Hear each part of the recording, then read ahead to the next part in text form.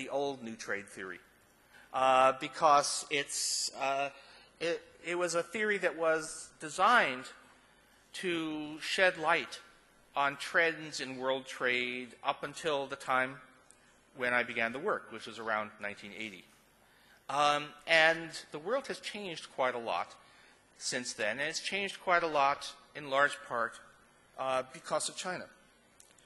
So one way to look at the work that I and others did in the 1980s is to say that we were looking for a theory of similar trade.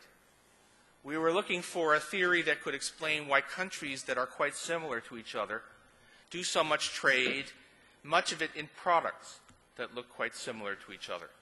So you look at trade in automobiles, and for even now, much of world trade in automobiles is advanced countries with high wages selling automobiles to each other. Canada sells automobiles to the United States. The United States sells automobiles to Canada. France sells automobiles to Germany. Germany sells automobiles to France. Why does that happen? Well, because the automobiles are not exactly alike, and because there are advantages to large-scale production, which meant that the countries would specialize in different products. What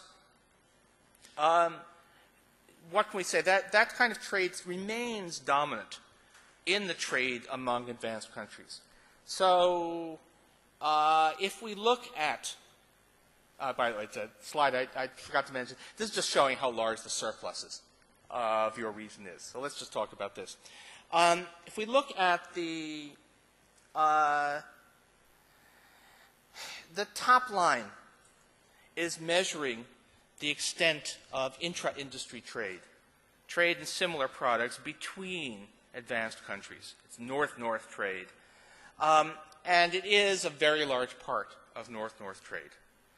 The nice thing about that kind of trade is it's not very disruptive.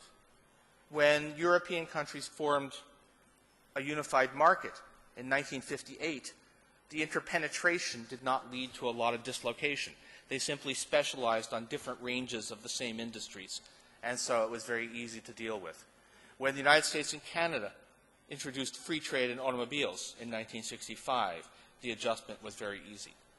What you can see from this, however, is that there's much less of that kind of trade when we look at trade, particularly between developing countries and advanced countries. Even the amounts you see is probably a statistical illusion. So there's a lot of trade in computer products between Japan and China, but they're not at all the same kinds of products. Japan is supplying relatively sophisticated components. China, to a large extent, is doing assembly work. That means that north-south trade, trade like the trade between China and the United States, is a greater political problem. And the thing is, because of the rise of China and some other emerging markets, this new kind of trade, which is actually the old kind of trade, it's actually comparative advantage, has been making a strong comeback in the world.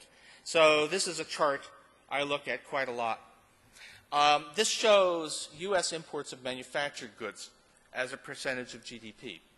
The red line is imports from other advanced countries. It's been more or less static.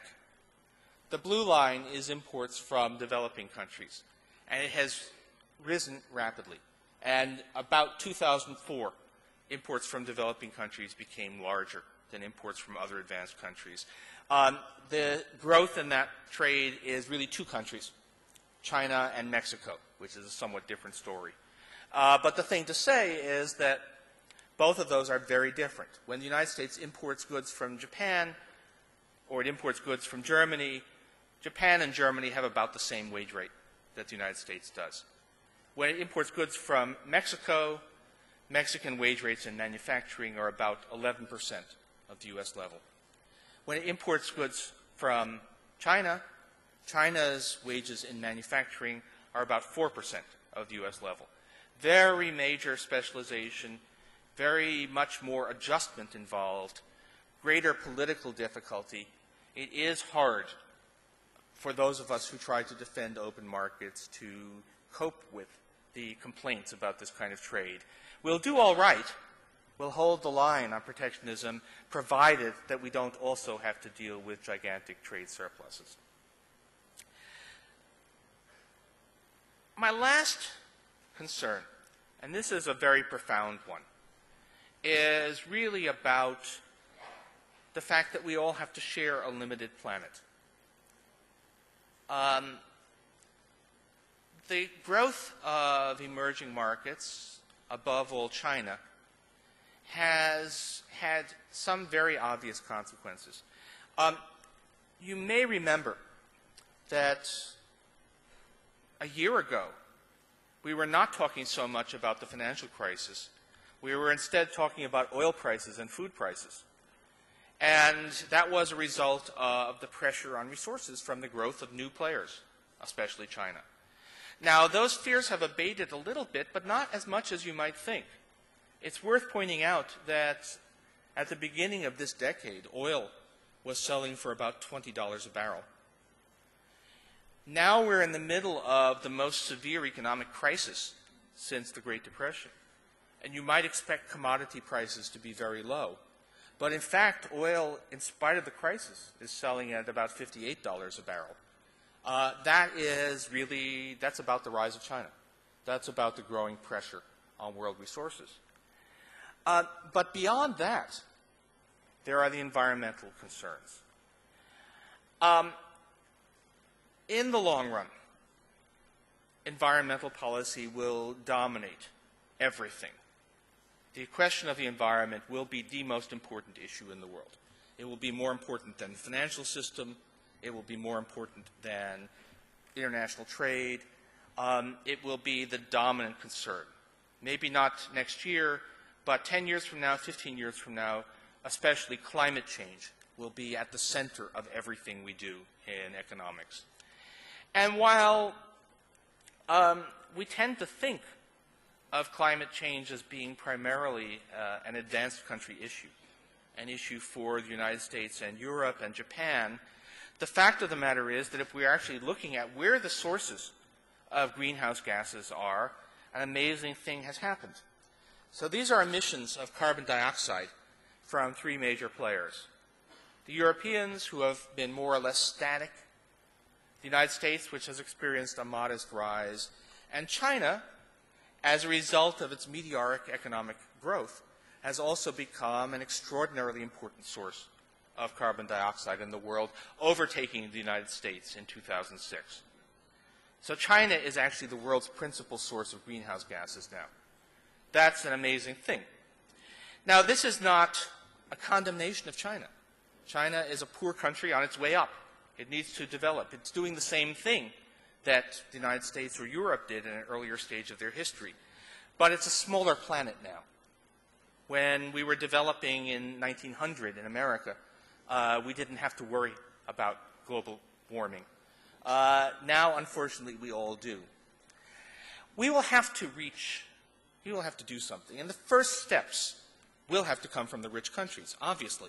The countries that have already grown rich by being careless about the environment have to take the first steps to do something about protecting the planet. I have hopes, pretty high hopes, that the United States will probably next year enact major legislation to limit its emissions of greenhouse gases. We seem to be actually on track to do that. The Europeans will probably then follow suit. But then we will have to do something about China. That will take the form, hopefully, of an agreement which will include some compensation to China for having to undertake the hard work of limiting emissions. But we will have to have global agreement on all of this.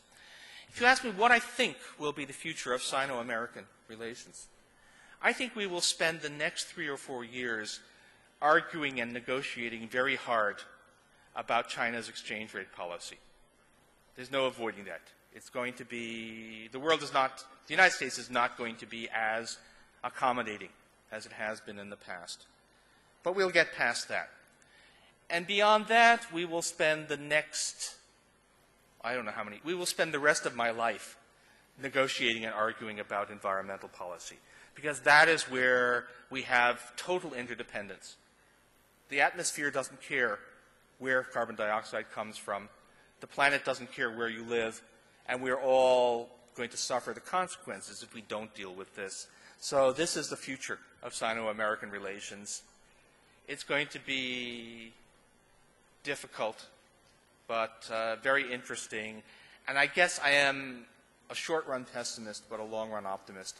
I think we will work this out. And when we do, it will be a better planet as a result. Thank you.